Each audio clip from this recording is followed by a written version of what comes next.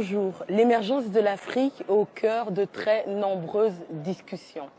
Aujourd'hui, dans notre émission Africa Europa, nous allons parler précisément de l'émergence des acteurs économiques dans l'Afrique de demain. L'émission Africa Europe continue, cette fois-ci donc avec la même configuration de notre plateau, seulement avec un nouveau venu, M. Marc Depose. Enchanté. Qui êtes-vous?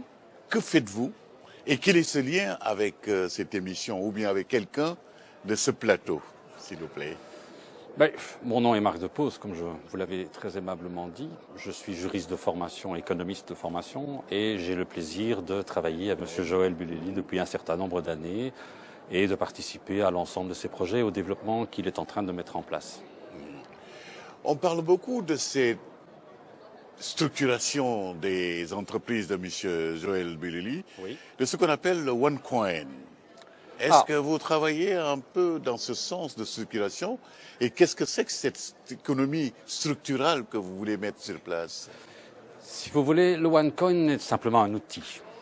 Il ne faut pas se tromper. Le OneCoin, c'est une monnaie cryptogramme, c'est une monnaie née dans l'Internet, dans un secteur donné et par rapport à un groupe donné. Mais je dirais que la virtualisation de l'économie et du OneCoin, elle est valable pour n'importe quelle monnaie. Votre monnaie à vous, que ce soit en euros, vous payerez dans la zone euro vis-à-vis de gens qui acceptent l'euro. Et depuis Bretton Woods et la rupture avec la parité à l'or, je dirais que toutes les monnaies sont devenues quasiment virtuelles. Sous cet angle-là, ce qui est important, c'est que, en réalité, l'émergence de ces monnaies deviennent des instruments complémentaires qui permettent d'accompagner, je dirais, d'affiner et de relancer des économies dans l'économie.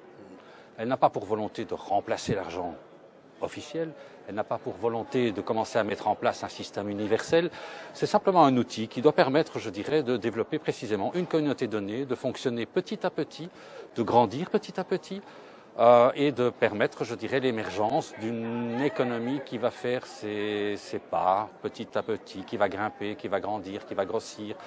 L'idée est de fluidifier, de fluctuer, de donner plus d'aisance, de donner plus de souplesse à un certain segment de l'économie.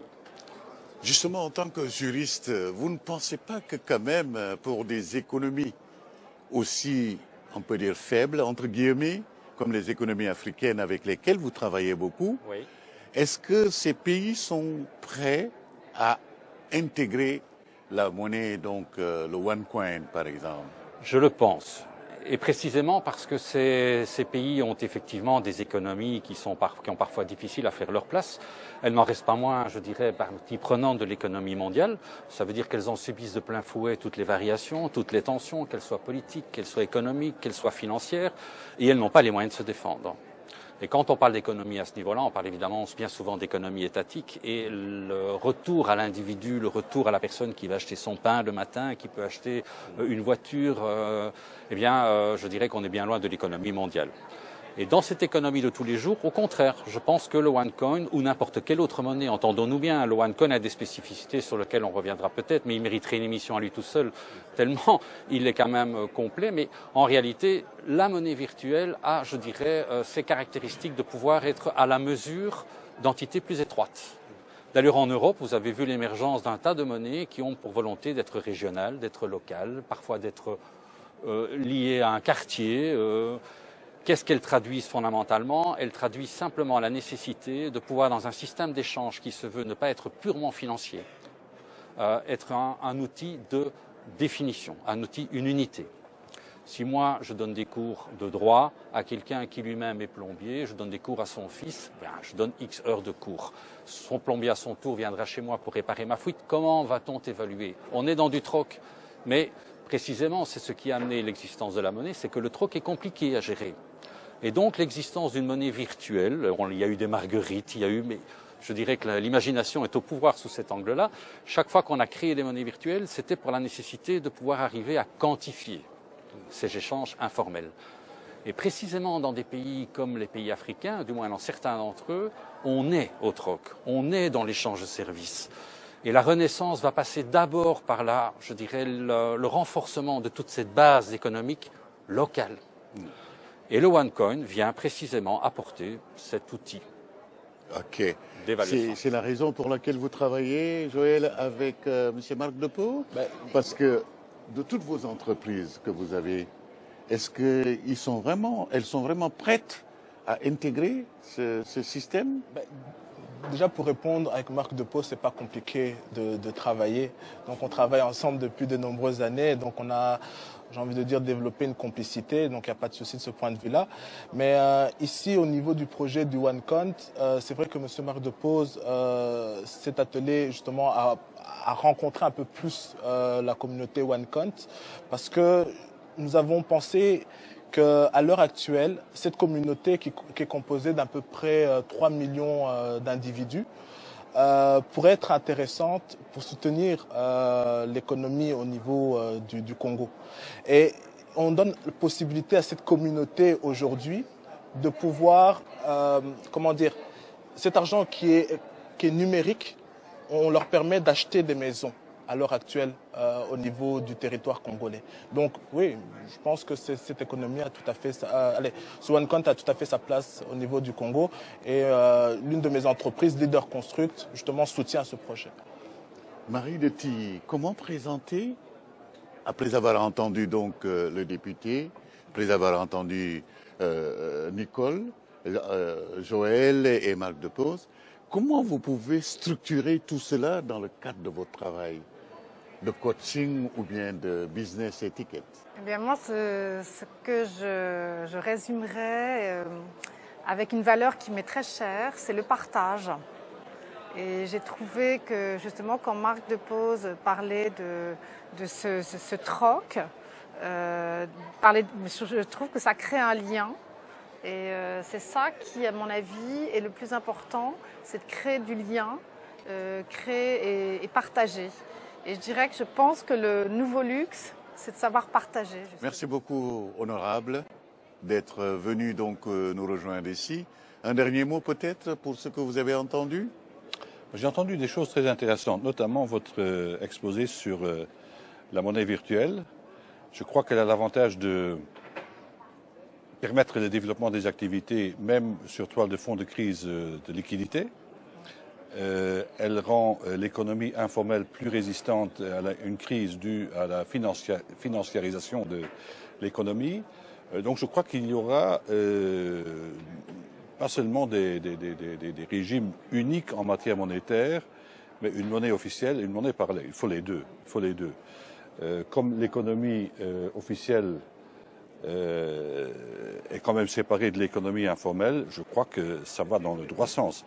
Et ça, c'est l'inventivité des Africains qui m'impressionne. Je crois que les Africains ont des moyens, ils ont des idées, et c'est à nous d'accompagner ce développement. Merci beaucoup. C'est sur ces notes d'optimisme du député Goerings que nous allons donc nous quitter aujourd'hui, en remerciant tout d'abord M. Joël Boulili, jeune entrepreneur donc qui a des dents longues et qui veut aller loin. En remerciant donc la comtesse Marie de Tilly, qui donc avec son concept de business étiquette est en train de faire ce qu'on appelle le link entre l'Afrique, l'Europe et puis des visions futures.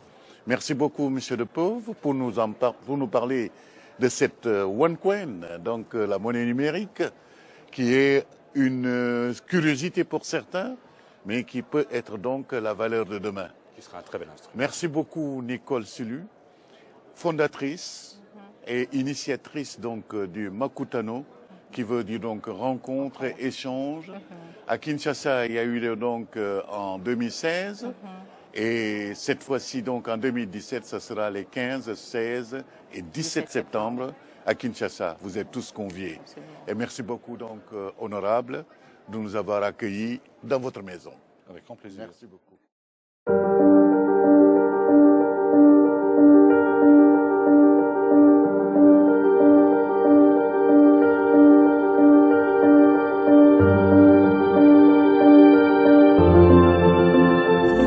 Is designed to be initially centralized but not government-owned, which makes it possible to control the growth and integrate OneCoin in today's monetary system. Built on a business strategy creating a strong brand and a stable market globally without high volatility. Traceable and protected with the Know Your Customer policy, known as KYC, which takes cryptocurrency to a whole new level of transparency. Primarily focused on the utility, OneCoin chooses to continuously implement more functions and open platforms for owners to trade and use coins, which is growing the market and creating a higher demand for cryptocurrency worldwide. It's user-friendly and open to all. No need for expensive equipment, special or trading knowledge. It's simply for everyone. Education is provided for all members to get empowered and to make well-informed decisions and gain financial literacy. On top of this, OneCoin is now setting a new global standard through its unique integration of the KYC procedure into the actual blockchain, which creates a high level of security and transparency. A powerful procedure that most certainly paves the way to integrate OneCoin as the first cryptocurrency to be part of the global economy. At least that's the goal. OneCoin truly holds the key to help people in emerging countries to take a leap with technology and get instant access to cryptocurrency and banking through cryptocurrency and take advantage of the opportunities in the developed countries. While most cryptocurrencies are based on speculation through public trading, OneCoin has its primary focus on utility. Since the value of cryptocurrency is based on supply and demand, the larger the area of utility, the higher the value of the coin. Cryptocurrency and this new financial market really holds the potential to create banking for the 2 billion people who do not have access to the banking system today, according to the World Bank. It's one of the most emerging markets today that can plug in the unbanked into the financial system simply by using a phone. It can eliminate the middleman that charge high fees for remittances and cross-border payments where the average fee is 7.7%, but can reach up to 29%, taking several days as well, and help people secure assets and grow capital in an extremely fast-growing market. With this information, you can be in the forefront of this new era, an emerging market that is about to change the global economy. Decision-making is based on information, and you can now make use of the information given to you. So make sure to get your questions answered by the person who showed you this video to get started, and keep in mind that the question is not if cryptocurrency will impact your future economy. It's rather, are you ready for the new economical era emerging upon us? If you are, make sure to join this financial revolution and be part of the fastest growing cryptocurrency in the world. OneCoin.